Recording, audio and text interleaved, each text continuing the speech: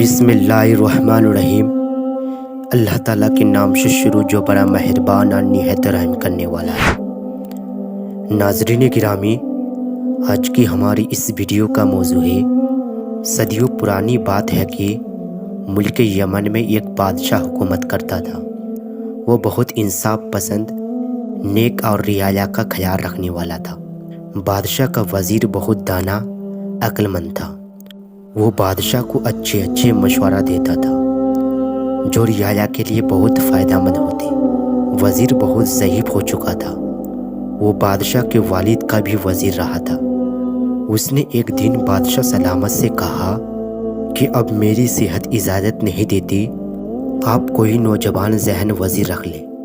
مگر بادشاہ اس کے لیے تیار نہ تھا۔ بادشاہ نے کہا، وزیر محترم، آپ کی موجودگی میں کسی وزیر اعظم کا سوچا بھی نہیں جا سکتا تھا۔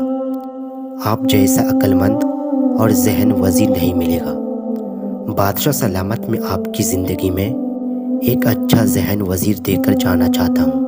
آپ رعایا میں اعلان کر دیں، میں ان کا امتحان لوں گا اور کامیاب ہونے والے کو وزیر رکھ لیں۔ بس بادشاہ نے اعلان کروا دیا کہ بادشاہ کو ایک نوجوان ذہن وزیر کی ضرورت ہے۔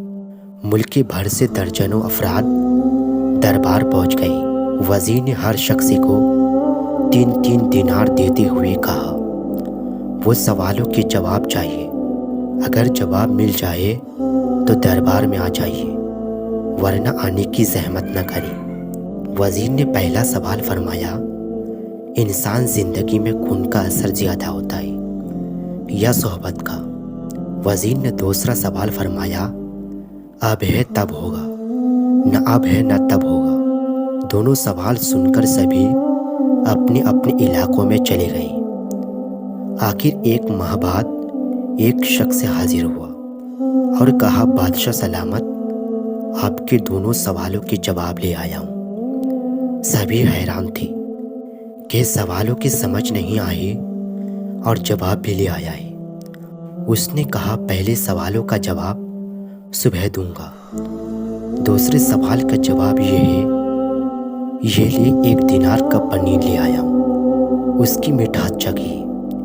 یہ اب ہے 1 دینار مسجد میں دے دیے، اس کا ثواب تب ہوگا جب آپ وفات پا جائیں گے۔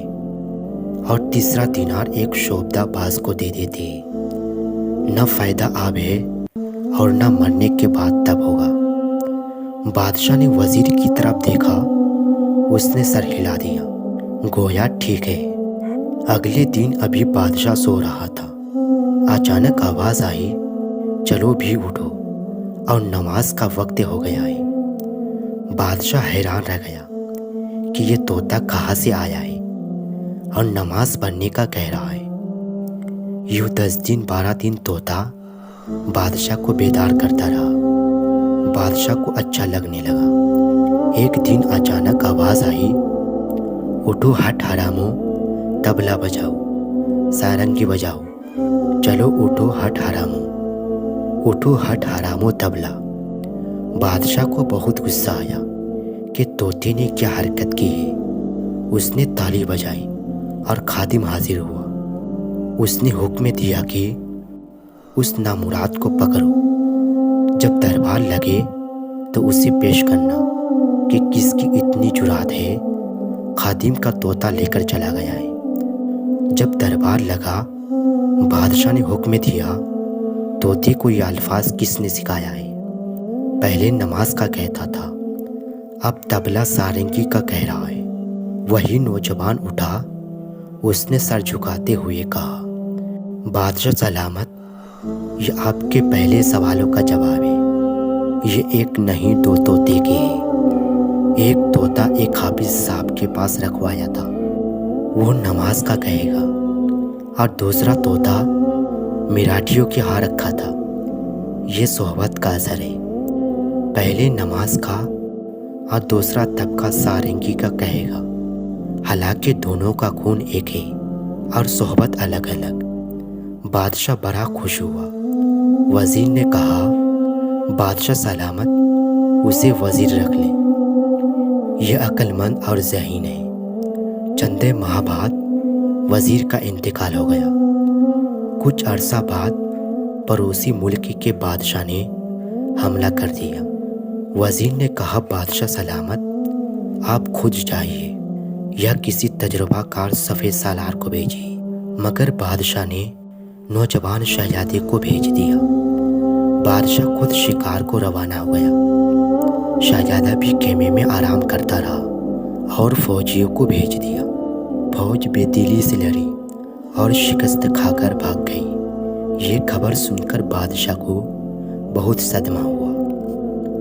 بادشاہ نے وزیر کو حکم دیا کہ شکست کے اسباب معلوم کرے۔ ایک دن بادشاہ شہزادے اور فوجیوں نے سنا کہ وزیر نے اعلان کروایا ہے اس شخص کا انتقال ہو گیا جو جنگ میں شکست کا باعث بنا تھا۔ جس نے دیکھنا ہو وہ چھاؤنی پہنچ جائے۔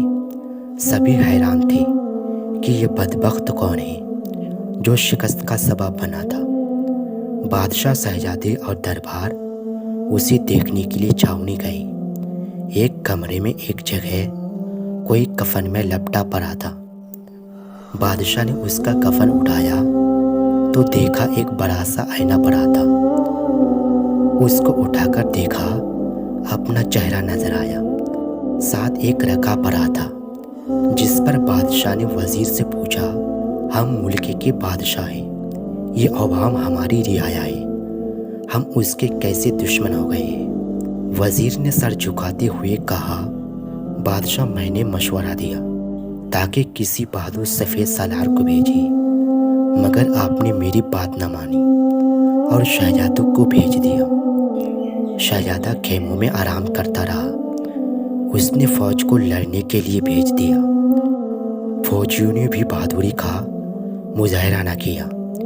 یوں سب اپنے دشمن آپ ہوئے۔ اب بھی موقع ہے، آپ خود اس کی سرکوبی کے لیے جائیے۔ پھر دیکھے بادشاہ خود لڑنے کے لیے گیا ہے۔ اس کی فوج بھی بڑی بہادری سے لڑی اور دشمن کو شکست دی۔ دیکھا ناظرین، اسی طرح آپ بھی محنت کریں گے، کامیابی آپ کے قدم چومے گی۔ اچھی صحبت اختیار کریں گے تو اچھے بنیں گے۔ اللہ تعالی ہمیں نیک بننے اور زیادہ سے زیادہ علم حاصل کرنے کی توفیق دے۔